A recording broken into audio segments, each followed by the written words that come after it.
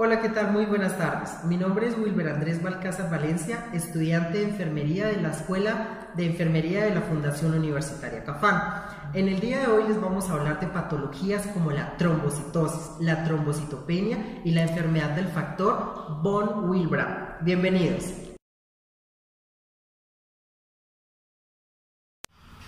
Hola, buenas tardes. Mi nombre es Angie Natalie León López. Soy estudiante de enfermería del tercer semestre de la Fundación Universitaria Cafán.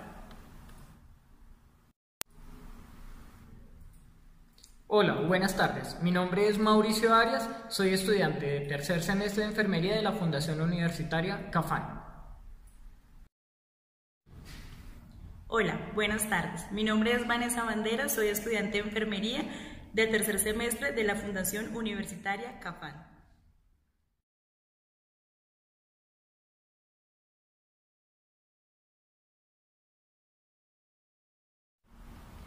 A continuación les hablaré de la trombocitosis. La trombocitosis es una condición en la que hay un excesivo número de plaquetas en la sangre. Las plaquetas son glóbulos en el plasma que paran las hemorragias al juntarse y al formar un coágulo. Demasiadas plaquetas indican que pueden llevar a ciertas condiciones como derrame cerebral, ataque al corazón o un coágulo en los vasos sanguíneos.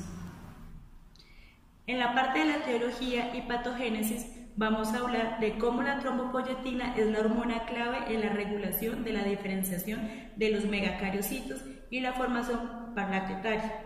Aunque varias citocinas, como por ejemplo la interleucina 6 o la interleucina 11, como podemos ver en el cuadro, también pueden desempeñar una función. Los megacariocitos y su progenie plaquetaria tienen receptores para la trombopoyetina.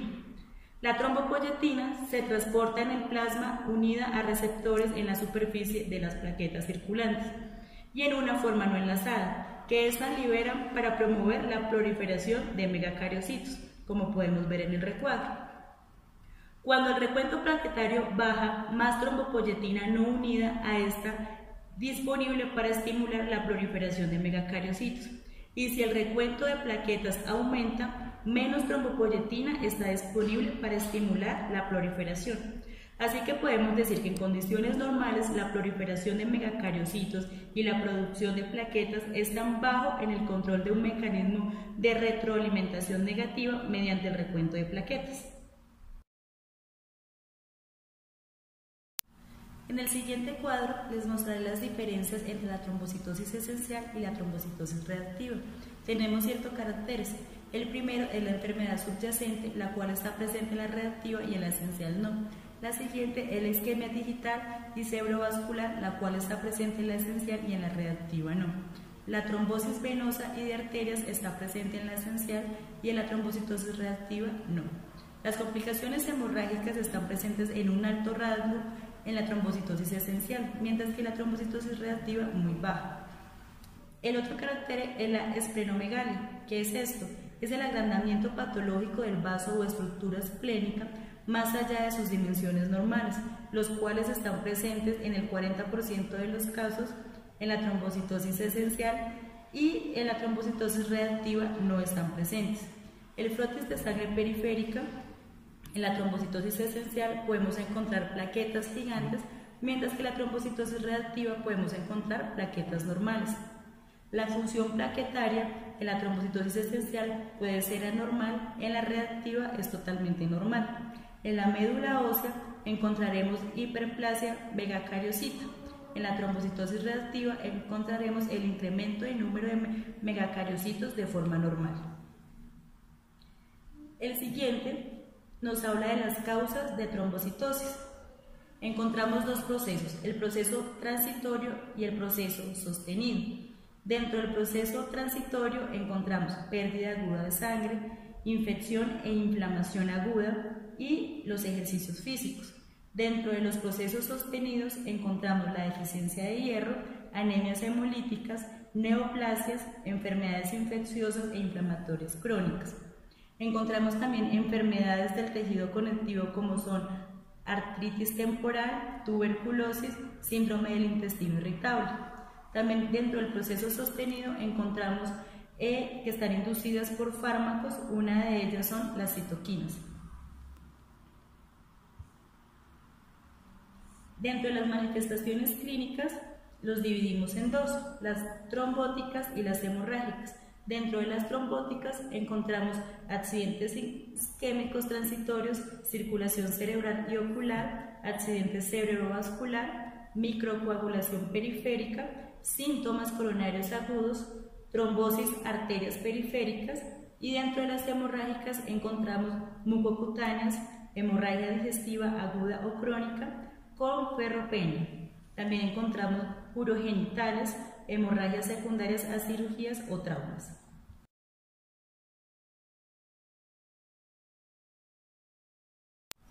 Marcadores de alto riesgo o factores de alto riesgo.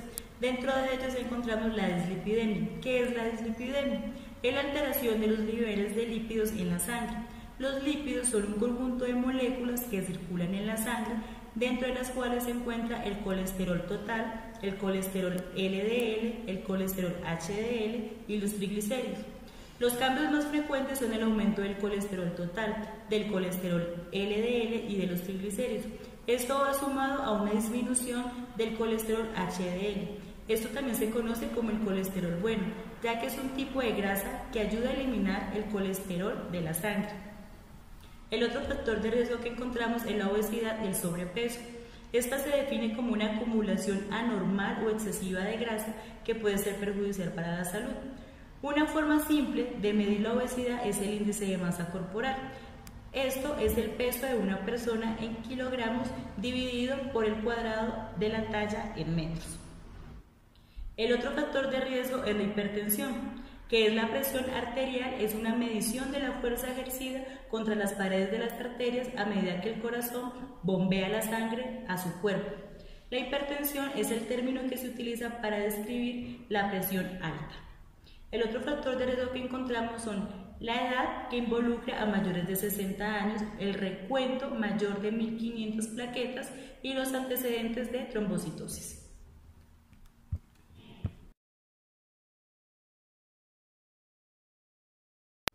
Dentro del diagnóstico encontramos diferentes herramientas, como el hemograma completo y el frotis de sangre periférico, la exclusión de causas de trombocitopenia, estudios citogenéticos, estudio molecular aspirado y biopsia de médula ósea. Dentro del tratamiento encontramos tres. El principal es el citorreductor, que es el tratamiento para controlar el exceso de plaquetas. El segundo son los fármacos antiagregantes, que su principal efecto es inhibir la agregación de las plaquetas y por lo tanto la formación de trombos o coágulos en el interior de las arterias y de las venas.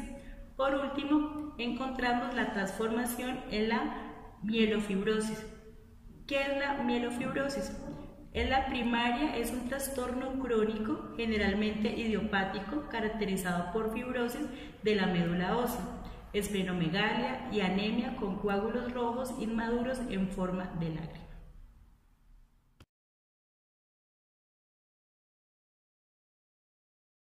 La trombocitopenia. La trombocitopenia se define como la disminución del número o cantidad total de plaquetas en la sangre por debajo de 150.000 plaquetas por microlitro de sangre. Tomemos en cuenta que el valor de referencia es de 150.000 plaquetas a 450.000 plaquetas por microlitro de sangre.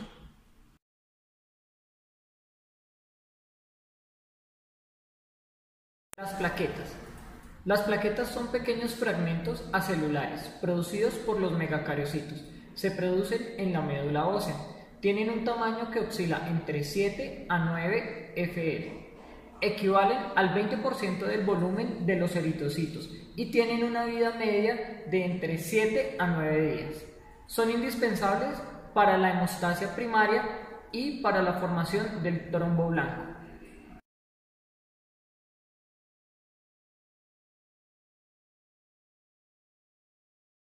La trombocitopenia puede ser consecuencia del descenso de la producción de plaquetas, aumento del secuestro de plaquetas en el vaso o reducción de la supervivencia de las plaquetas. La anemia plástica es la disminución de la producción de plaquetas por pérdida de la función de la médula ósea.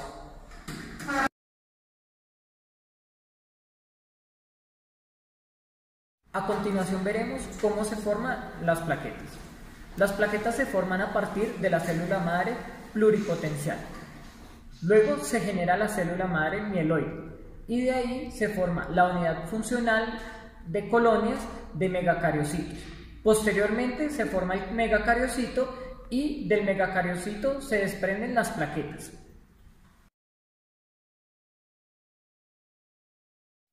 Ahora vamos a hablar de la formación del tapón hemostático. Para esto necesitamos una hemostasia primaria, en donde por medio de la agregación plaquetaria se forma un coágulo. Luego interactuamos por medio de una agregación secundaria, que por medio de la coagulación se forma la trombina interactúa con la fibrina y esta a su vez con el coágulo formando un coágulo hemostático. Todo esto debe funcionar en un lapso no mayor a 10 minutos.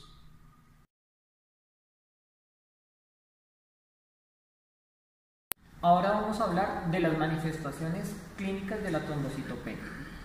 Aparecen cuando el recuento de plaquetas es inferior a 80.000 plaquetas por microlitro de sangre.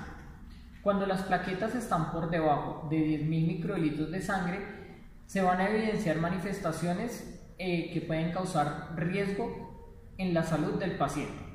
Si la trombocitopenia empieza a ser sintomática, esta se manifiesta particularmente por petequias, equimosis, hemorragias digestivas y sangrado por cavidades naturales. Ahora hablaremos de la enfermedad de von Willebrand. La enfermedad de von Willebrand es un trastorno de la coagulación. Las personas con este tipo de enfermedad tienen un problema con una de las proteínas de su sangre que ayuda a controlar el sangrado. No la producen en la cantidad suficiente o esta proteína no funciona en la manera como debiera. La sangre, por lo tanto, se tarda mucho más tiempo en coagular y la hemorragia en detenerse. Clasificación de la enfermedad de von Willebrand. Dentro de esta patología hablamos de 3 clasificaciones que se le dan a la enfermedad. La clasificación tipo 1, hablamos de una deficiencia leve, moderada del factor von Willebrand normal desde el punto de vista cualitativo. Dentro de la clasificación para el tipo 2, mutaciones cualitativas, tipo 2A, disminución de la función dependiente de las plaquetas con multímeros anormales. La tipo 2B, el incremento de la afinidad para la fijación plaquetaria. Y la tipo 2M, disminución de la función dependiente de las plaquetas con multímeros normales. Tipo 2N, disminución de la fijación al factor 8. Y en el tipo 3 hablamos de la deficiencia grave del factor von Willebrand.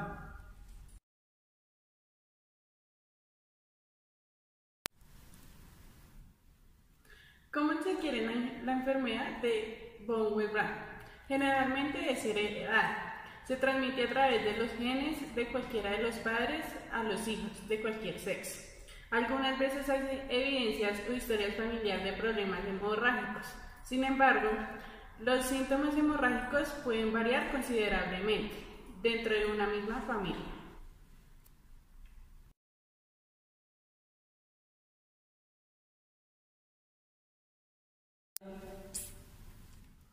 ¿Cuáles son los síntomas de la enfermedad de von Willebrand?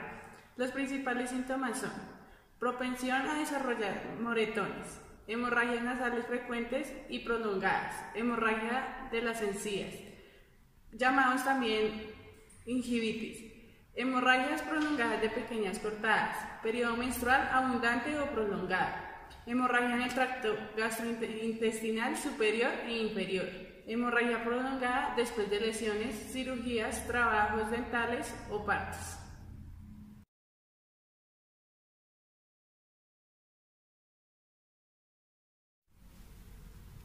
Sin embargo, se tienen en cuenta los criterios de diagnóstico para la enfermedad de von Willebrand, que estos son: primero, historial de personal, hemorragias mucotáneas excesivas; segundo, pruebas de laboratorio de la hemostasia conscientes con la enfermedad; tercero, historial familiar de las hemorragias excesivas.